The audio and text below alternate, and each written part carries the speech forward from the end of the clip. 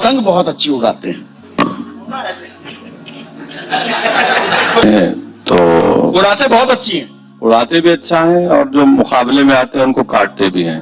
और pan India presence आप बना रहे हैं। हाँ सर, रातों में नींद नहीं आती जब तक कहीं नहीं गए, भाषण नहीं दिए, इलेक्शन नहीं लड़े, सुकून मिलता है। कल सुकून मिलता है। आपकी बीजेपी की भी नूरा कुश्ती चल रही है क्या? और जो राजनीति आप करते हैं उससे फिर ये चीजें आगे बढ़ती है ना, वो अब्बा जान चचा जान की राजनीति शुरू हो जाती है। आपने हर हर महादेव बनाम अल्लाहू अकबर की राजनीति शुरू हो जाती है, लव जिहाद की बातें होने लगती है। नमस्कार, स्वागत है आप सभी का तूफान न्यूज पर और मैं हूं आपके साथ नाजिश खान। वो मैंने देखा कि आप पतंग बहुत अच्छी उड़ाते हैं। कुछ ऐसा आपने किया? ये पतंग किसकी उड़ा रहे हैं और डोर किसकी काट रहे हैं? पतंग तो हमारा पार्टी का इलेक्शन सिंबल है और जाहिर है जब पतंग उड़ाते हैं तो उड़ाते बहुत अच्छी हैं। उड़ाते भी अच्छा है और जो मुकाबले में आते हैं उनको काटते भी हैं। तो किसको डोर किसकी काटने के लिए उतरे हैं आप? नहीं, डोर तो हमारी है।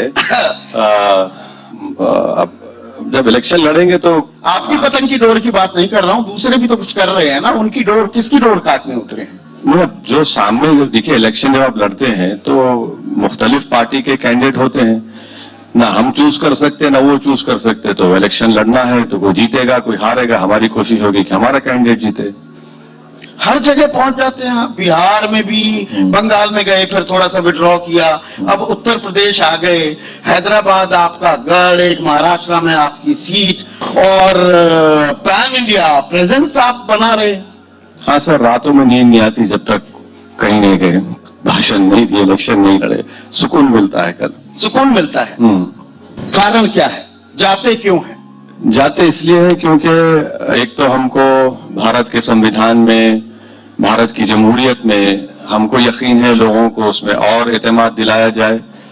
और बुनियादी वजह यह है कि जो पार्टीज ने पिछले 60 साल से वोट लिया और सेकुलरिज्म के नाम पर वोट लिया, डाइवर्सिटी के नाम पर वोट लिया, डेवलपमेंट के नाम पर वोट लिया, तो वोट तो उनको मिलता रहा, वो अपने महल तो तामीर करते रहे, मगर हमारा मुकद्दर, माने हमारा मुकद्दर से मुराद जो माइनॉरिटी और दलित है, उनका मुकद्दर तो गरीबी, मुफलिसी, बेरोजगारी और जेल में सड़ना बन गया।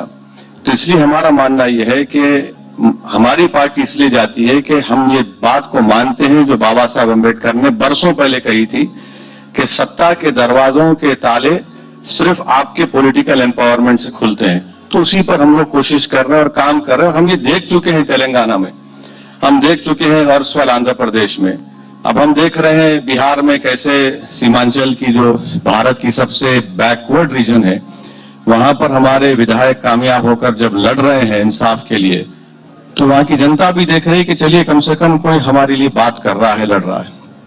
आपको लगता है कि छलावा हुआ है? जो अकलियत है, जो गरीब है, गुरबा है, उसे महज एक वोट बैंक बनाकर कैद कर लिया अलग अलग पार्टियों ने। बिल्कुल बिल्कुल, इसके बस चुनाव से पहले उनको कुछ फ्रीबीज दे दी, कुछ रेवड़ियां बांट दी, वोट ले लिए और वो वहीं के वहीं रह गए। उसी दर्द के चलते हैदराबाद अपने गढ़ से, अपने किले से निकल पड़ते हैं पतंग उड़ाने के लिए। असदुद्दीन ओवैसी नहीं, हमने हैदराबाद की आवाम से ये भी कहकर वोट मांगा था कि आप हमको कामयाब करिए, हम भारत के कोने कोने में जाकर यह अपनी लड़ाई को जारी रखेंगे।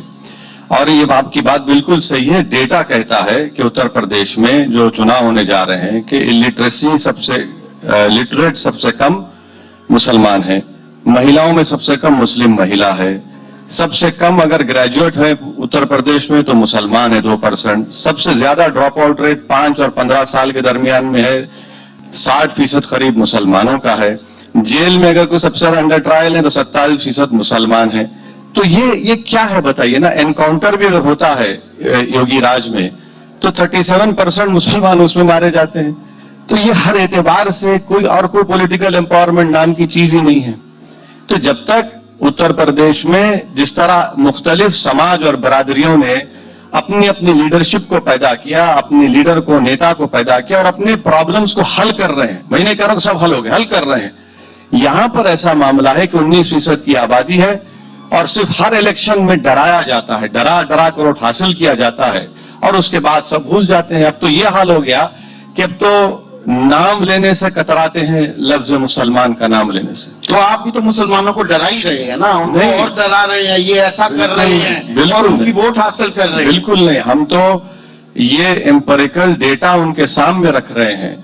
हम उनसे ये भी कह रहे हैं कि जब उत्तर प्रदेश में भारत की आजादी के बाद, पार्टीशन के बाद 50,000 लोग अगर अपने घर से बेघर हुए तो किसकी सरकार थी? किसकी सरकार थी? कौन उन पर केस नहीं चलाया? तो ये सब चीजें हैं, ये तो इश्यूज हैं, इस पर तो कोई बात करने को तैयार नहीं है। तो भाई वोट डालो, बस वोट डालते रहो। हम ये कह रहे हैं कि वोट भी डालेंगे और अपने लीडरशिप को, अपने नेता को बनाएंगे और भारत के सियासत में अपना हिस्सा भी लेकर रहेंगे। पर दरअसल जो ये सामाजिक खाई, जो ये गंगा जमनी तहजीब की हम बात करते हैं, उत्तर प्रदेश में बैठे हैं, ये जो खाई, ये जो दरार है, वो दरअसल आप और नहीं बढ़ा रहे हैं। आप बीजेपी पर अगर हिंदू कट्टरता को बढ़ावा देने का आरोप लगाते हैं, आप गाहे बगाहे मुस्लिम कट्टरपंथियों को और हवा नहीं देते हैं क्या? देखिए सर, गंगा जमनी तहजीब जो है ना, वो मुशायरों में अच्छी लगती है, एक शायर के मुंह से जब कलाम निकलता है, मगर रियलिटी में कहीं गंगा जमुनी नजर नहीं आता है। यहां से थोड़ी दूर पे कानपुर है, एक मुस्लिम 10 साल की बच्ची अपने बाप को लपेट कर रो रही है और मारने वालों से कह रही है कि मेरे वालिद को मत मारो, तो पुलिस की मौजूदगी में उसको मारा जाता है। वो गंगा जमुनी तहजीब की मिसाल पेश करेंगे आप। जो उत्तर प्रदेश का एक लड़का मध्य प्रदेश जाकर जो चौरी चौरा का इंसिडेंट हुआ, उन्हीं की बिरादरी का है, वो मंसूरी चूड़ियां बेचता है तो आप उसको मारते हैं। ये गंगा जमुनी तहजीब है। अगर कोई ठेला बंडी पे कारोबार करता है तो उसको पूछते थे आधार कार्ड क्या है, ये गंगा जमुनी तहजीब है। इखलाक के घर में घुसकर मारा जाता है, ये गंगा जमुनी तहजीब है। तो ये गंगा जमुनी तहजीब मुशायरों में शायर की जबान से अच्छा लगता है, मगर रियलिटी में, प्रैक्टिकल लाइफ में कहीं पर नहीं है, कहीं पर नहीं है, रियलिटी है। तो ये तो बीजेपी की भाषा आप बोल रहे हैं ना। बीजेपी भी तो पिछले कुछ सालों में यही बोलती आई कि कब्रिस्तान ज्यादा बनाए, शमशान नहीं बनाए, मुसलमानों का तुष्टीकरण हुआ। आप वही चीज कह रहे हैं। वो हिंदुओं की बात करते हैं, आप उसी चीज के क्या पूरक बन जाते हैं, ऑल्टर ईगो बन जाते हैं बीजेपी के? नहीं, मैं भारत की इस प्लूरल डाइवर्सिटी को प्रोटेक्ट करने की बात कर रहा हूं। मैं भारत को कोई ये नहीं कह रहा हूं कि इसमें यहां पर शरीयत को नाफिज किया जाए। मैं ये कह रहा हूं कि भारत के संविधान में जो बाबा साहिब ने कहा कि लिबर्टी, इक्वालिटी, फ्रेटर्निटी, जस्टिस, उसको हासिल करना है। मैं भारत को कोई थियोलॉजिकल कंट्री के रूप में डालना नहीं चाहता हूं। मैं ये कह रहा हूं कि हमारे भारत की जो जमहूरियत है वो पार्टिसिपेटिव फॉर्म ऑफ डेमोक्रेसी, शिराकतदारी की डेमोक्रेसी है। जब पार्टिसिपेटिव फॉर्म और शिराकतदारी की डेमोक्रेसी होगी तो मेरा हिस्सा क्यों नहीं मिलता? मुझे मेरा हिस्सा तो मिलना चाहिए ना। आप कब तक मुझे अपना गुलाम या अपना सिर्फ थाली बजाने वाले या सिर्फ नारा लगाने वाले कि भैया जिंदाबाद, बहन जी जिंदाबाद, वो फुला जिंदाबाद, क्या जिंदगी में इसलिए पैदा हुआ कि इनका जिंदाबाद बनूं और मैं अपने आप को मुर्दा कर लूं? जो राजनीति आप करते हैं उससे फिर ये चीजें आगे बढ़ती है ना। वो अब्बा जान, चचा जान की राजनीति शुरू हो जाती है। आपने हर हर महादेव बनाम अल्लाह अकबर की राजनीति शुरू हो जाती है। लव जिहाद की बातें होने लगती हैं। जो असल आप मसाइल जिनकी बातें कर रहे हैं वो कहीं गौण हो जाते हैं। नहीं, अब्बा जान और चचा जान जो लोग कहते हैं ना, उसको अंग्रेजी में कहते हैं डॉग विजिल पॉलिटिक्स, यानी कुत्ते की सीटी की सियासत, उसका तर्जुमा है। वो करते हैं और वो लफ्ज इस्तेमाल करते हैं मुसलमानों के खिलाफ। किसी नॉन मुस्लिम के बारे में बोल के देखिए। आपकी बीजेपी की भी नूरा कुश्ती चल रही है क्या? कि जहां आप जाते हैं, बिहार का आपने जिक्र किया कि सीमांचल इलाके में आपके लोग अब वहां पर जो हाशिए पर पड़ा हुआ इलाका था उसकी आवाज बुलंद कर रहे हैं, पर आपके चलते बीजेपी और जेडीयू की सरकार बनी। अच्छा, आप वोट काटकर हिंदू मुसलमान करके गाहे बगाहे बीजेपी को फायदा पहुंचाते हैं क्या? मुझे अफसोस है कि आप इतने मशहूर एंकर हैं, मैं बड़ी इज्जत करता हूं और बहुत कम लोगों का शो देखता हूं जिसमें आपका भी देखता हूं, मगर आप आज गलत कह रहे हैं। बिहार में हमने 19 सीट लड़े, 19 में 5 सीट पर हम कामयाबी हासिल किए, 9 पर, एक मिनट ठहरिए, 9 पर, नहीं सुनिए, 9 पर गठबंधन कामयाब हुआ और जो 9 असेंबली की सीट पर हमारी मेजॉरिटी इतनी नहीं थी कि हम उनको हरा सके, और 5 पर बीजेपी और जेडीयू कामयाब हुई। बताइए, हम चैलेंज करते हैं, हमारे जाने से कहां बीजेपी को फायदा हुआ? कभी प्रोग्राम करवा लीजिए, ये पूरे सो कॉल्ड सेकुलर पार्टीज को बिठा दीजिए, 5 मिनट में भाग जाएंगे उठ के यहां से।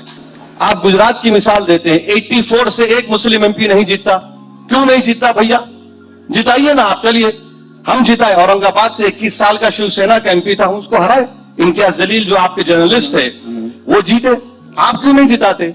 अच्छा, 183 सीट्स पर कांग्रेस और बीजेपी का मुकाबला होता है, कांग्रेस सिर्फ 16 जीती है, एमआईएम है ही नहीं वहां पर।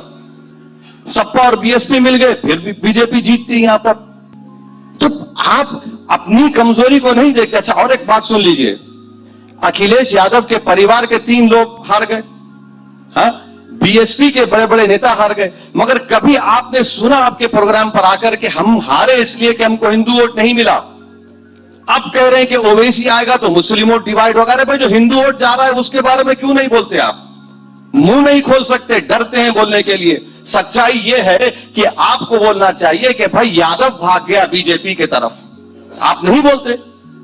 आप बोलते मुसलमान को, भाई हम क्या हम सिर्फ यही बातें सुनते रहेंगे? आज के लिए बस इतना ही। और वीडियो देखने के लिए चैनल को सब्सक्राइब करें। अगर आपको हमारी वीडियो पसंद आ रही है तो लाइक और शेयर जरूर कीजिए।